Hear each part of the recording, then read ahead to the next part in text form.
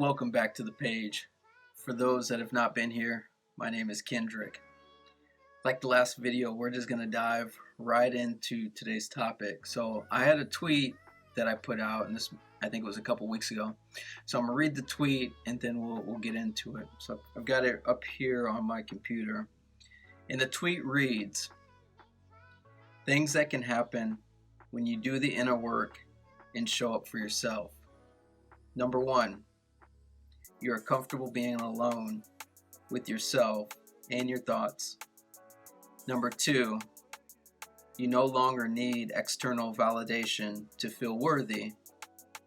And number 3, you start seeing things for what they are and not for what you want them to be." So again, I'll read that really quick. The things that can happen when you do the inner work and show up for yourself. Number 1, you're comfortable being alone with yourself and your thoughts. Number 2, you no longer need external validation to feel worthy. And number 3, you start seeing things for what they are and not for what you want them to be. Now, I'm sure for those that watch the videos, I've mentioned this in prior videos of the places that I get a lot of my thoughts, but I think with this tweet here, I'm speaking from my own experience of going to therapy and doing the inner work. So we're going to start off with number 1, and number 1 again is you're comfortable being alone with yourself and your thoughts. And I'm sure you all know somebody that feels uncomfortable, or you know somebody that always has to be with somebody else to feel comfortable. And the one thing is, when you're by yourself and you have to sit in your thoughts, it makes you think. Sometimes good, sometimes bad. That's why it's important to learn how to be comfortable being alone and how to sit with your own thoughts, because you're the one that spends the most time with yourself. And if you don't learn to be comfortable by yourself and comfortable in your own thoughts, it can be very, very toxic, especially if you're looking for other people to feel comfortable and not having to be by yourself. Number 2, you no longer need external validations to feel worthy. There are so many people in this world that continually look externally to feel worthy, to look for validation. You see it all the time. And this becomes very, very toxic, because if you continue chasing external things to provide your own worthiness, you'll never be happy. That is why it's so important to do this deep work and understand yourself, but more importantly, to give your own self validation to feel worthy. You shouldn't be looking for validation and to feel worthy from other people. And number 3,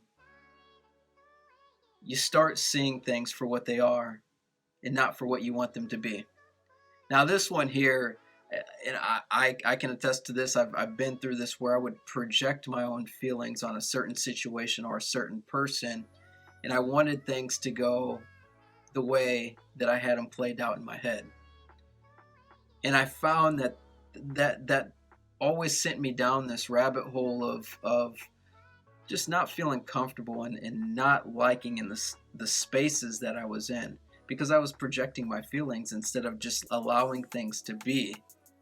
So important that we have to see things for what they are, not how we want them to be. I'm going to say that again. We have to see things for what they are and not for what we want them to be. Perfect example. I'm sure we all know that one person that continually dates that person, and you already know, looking on the outside in, you already know that relationship's not going anywhere. It's toxic. The two couples fight. They talk about each other behind each other's back, and they always argue. But the two people in that relationship sometimes try to project their feelings on what they want the situation to be instead of seeing the situation for what it is. Think about those things. Again, the 3 things.